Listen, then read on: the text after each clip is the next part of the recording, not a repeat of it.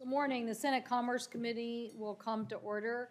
This morning we are having a hearing on the implementation of Aircraft Certification, Safety, and Accountability Act. We are joined by the Acting Administrator, Billy Nolan. We appreciate you being here.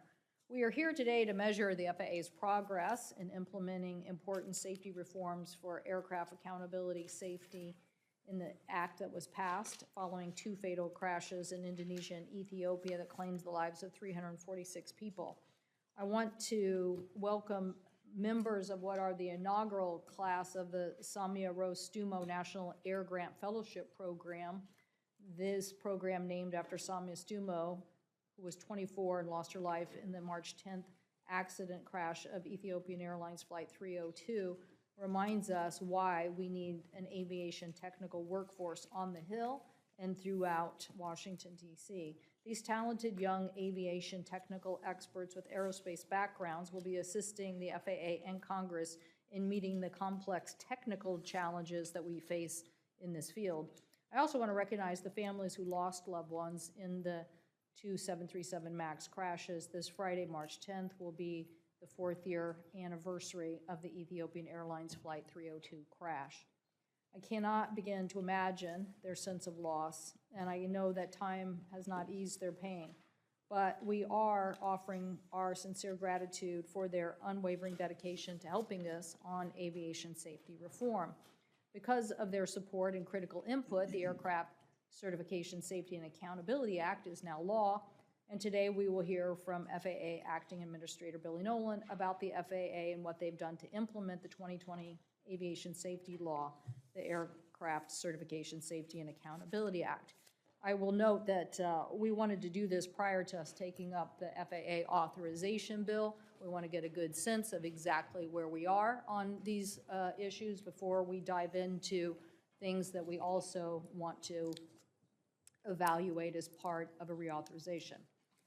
We have seen near misses and incidents that remind us that aviation safety requires constant vigilance and constant effort. And although we haven't had a major U.S. crash in 14 years, we know we cannot assume that we've done everything, as those MAX instances show us.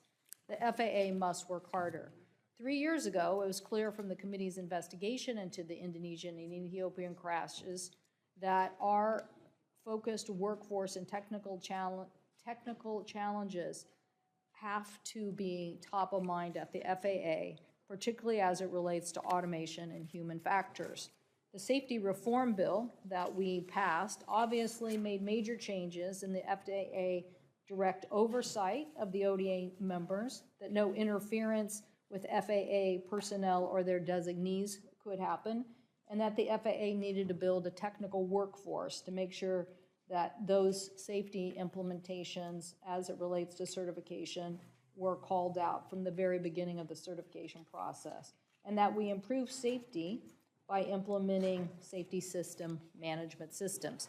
So today, Director Nolan, we are going to look to you to answer questions about that, and obviously are concerned that the law is still being too slow in its implementation. For example, the FAA has yet to complete a workforce review of the aircraft certification staff to identify and address any shortfalls in the agency's expertise. This is foundational. Emerging aviation technologies and future advances will only continue to press the FAA, so we need the best and most talented workforce. The FAA must lead the world on safety, and the FAA must build that workforce that is going to help us lead around the globe. Congress also put the FAA back in charge and oversight in approving and removing manufacturing engineers on behalf of the FAA. That means that they have the clear line of direction there. This requires a clear course of correction with the FAA's system of delegation, and we want to hear about that progress. We've heard good reports, but we want to know that the FAA is continuing to back up these particular individuals. The FAA has begun work in reforming and continuing to oversee manufacturers on these key issues. So I plan to ask more questions about that. In the committee's aviation safety whistleblower report, employees identified concerns with quality control at manufacturing facilities and with supply chains, and we need to know what the FAA is that it's fully using its compliance and oversight to make sure that we get at these issues. Earlier this year, we called for the Department of Transportation Office of Inspector General to conduct an independent review of the FAA's implementation of the safety reform bill.